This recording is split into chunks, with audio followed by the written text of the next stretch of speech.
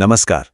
कभी ये सोचा है कि टेक्निकल फील्ड में कुछ लोग इतनी तेजी से आगे कैसे निकल जाते हैं, जबकि बाकी लोग काफी मेहनत के बाद भी संघर्ष ही करते रह जाते हैं? आज हम इसी राज से पर्दा उठाएंगे। हम बात करेंगे उन 3 पिलर्स की, उन 3 स्तंभों की, जिन पर हर सफल टेक्निकल करियर टिका होता है। तो चलिए शुरू करते हैं, क्योंकि ये बातें सोचने का पूरा नजरिया बदल सकती हैं। ये सवाल लगभग हर उस टेक्निकल स्टूडेंट को परेशान करता है जिसके हाथ में सर्टिफिकेट तो आ गया है, पर सपनों की नौकरी अभी भी दूर है ना? मतलब ज्ञान भी है, मेहनत भी की है, फिर भी ऐसा क्यों लगता है कि कोई अनदेखी दीवार है जो रोक रही है? मजे की बात यह है कि इसका जवाब शायद वहां है ही नहीं जहां हम सब ढूंढ रहे हैं। क्योंकि देखिए, सफलता असल में 3 पिलर्स पर टिकी होती है। करियर को एक बिल्डिंग की तरह समझिए, और जो सर्टिफिकेट्स है ना, वो बस उस बिल्डिंग का दरवाजा है, नींव नहीं। नींव बनती है 3 मजबूत स्तंभों से, और अगर एक भी पिलर कमजोर हुआ तो समझ लीजिए पूरी की पूरी बिल्डिंग खतरे में आ सकती है। तो चलिए एक एक करके इन तीनों पिलर्स को करीब से देखते हैं और समझते हैं कि ये हमारे करियर को कैसे मजबूत बनाते हैं। तो हमारा पहला स्तंभ ये है एक्शन का स्तंभ, मशीन की देखभाल। ये वो पॉइंट है जहां सारी थ्योरी खत्म हो जाती है और असली प्रैक्टिकल काम शुरू होता है। ये है हाथों का हुनर, अपने टूल्स और मशीनों को संभालने की कला। क्योंकि सीधी सी बात है, एक शानदार मैकेनिक भी एक खराब मशीन के साथ क्या ही कर लेगा, है ना? तो ये बेसिक मेंटेनेंस, ये बुनियादी रखरखाव है क्या आखिर? इसे मशीन के लिए एक रेगुलर हेल्थ चेकअप जैसा समझिए। बस नियमित जांच, सफाई और तेल पानी देना। ये सिर्फ एक काम नहीं है, ये एक आदत है। एक ऐसी आदत जो मशीनों को एकदम टिप टॉप कंडीशन में रखती है और हाँ, जेब को बड़े खर्चों से भी बचाती है। अच्छा, तो मशीनें खराब होती क्यों हैं? ज्यादातर मामलों में वजह कोई बहुत बड़ी या कॉम्प्लिकेटेड नहीं होती। असली विलन तो छोटी छोटी चीजें हैं। थोड़ा सा तेल या ग्रीस कम हो जाना, जमी हुई धूल मिट्टी, एक ढीला सा बोल्ट। ये वो साइलेंट किलर हैं जो धीरे धीरे मशीन को खत्म कर देते हैं। और सबसे अच्छी बात पता है क्या है? इन सबको पूरी तरह से रोका जा सकता है। और इसे रोकने का एक बहुत ही सीधा साधा 6 स्टेप्स का फॉर्मूला है। बस एक रूटीन बना लेना है।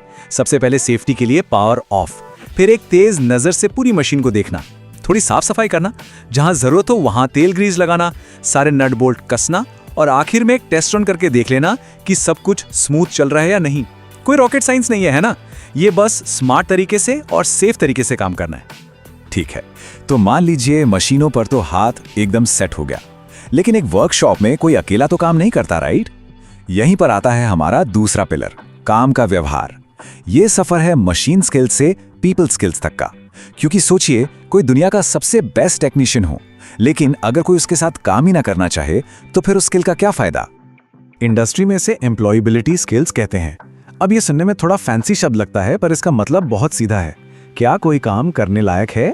देखिए, ITI सर्टिफिकेट इंटरव्यू के दरवाजे तक तो पहुंचा सकता है, लेकिन नौकरी में टिके रहना, प्रमोशन पाना, टीम का एक जरूरी हिस्सा बनना, ये सब इन्हीं स्किल्स पर डिपेंड करता है। ये दरवाजे के अंदर बने रहने की कला है। तो ये स्किल्स हैं क्या क्या? असल में ये कोई एक चीज नहीं है। इसे एक मिक्सचर या एक रेसिपी की तरह समझिए।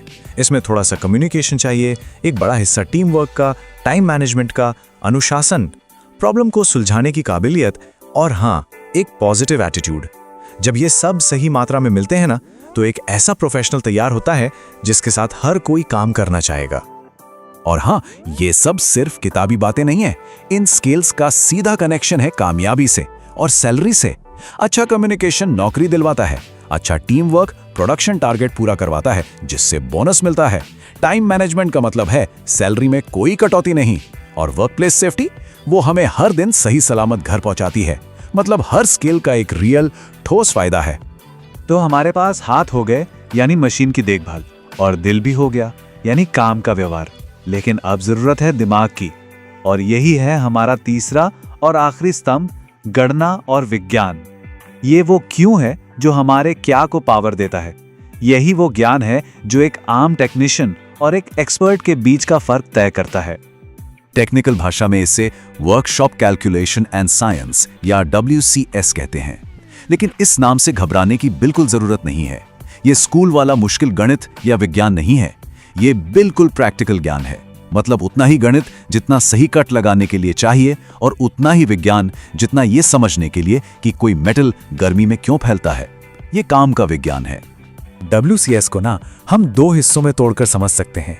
पहला है कैलकुलेशन। इसका मतलब है कितना कितना काटना है, कितना भरना है, कितना टाइट करना है। ये सब नाप तौल और अनुपात के बारे में है। और दूसरा हिस्सा है साइंस। इसका मतलब है क्यों, ये चीज ऐसे ही काम क्यों करती है, ये क्यों टूट जाती है।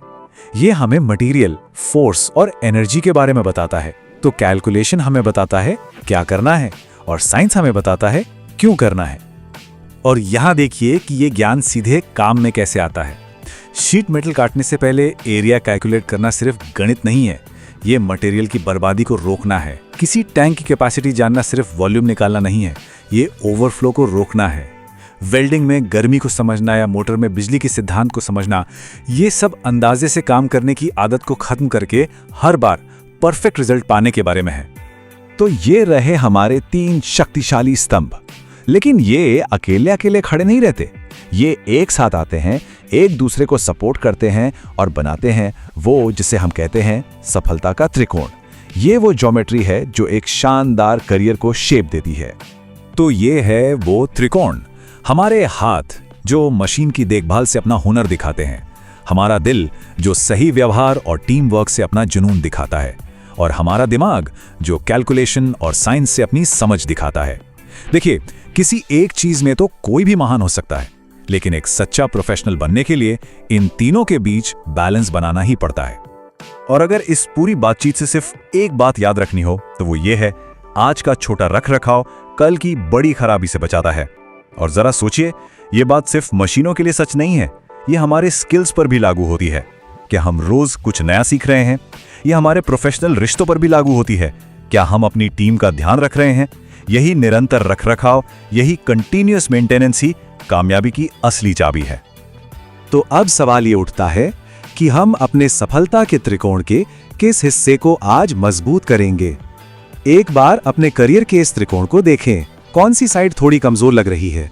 क्या हाथों के हुनर पर काम करने की जरूरत है, या दिल यानी अपने व्यवहार पर, या फिर दिमाग मतलब अपने ज्ञान पर?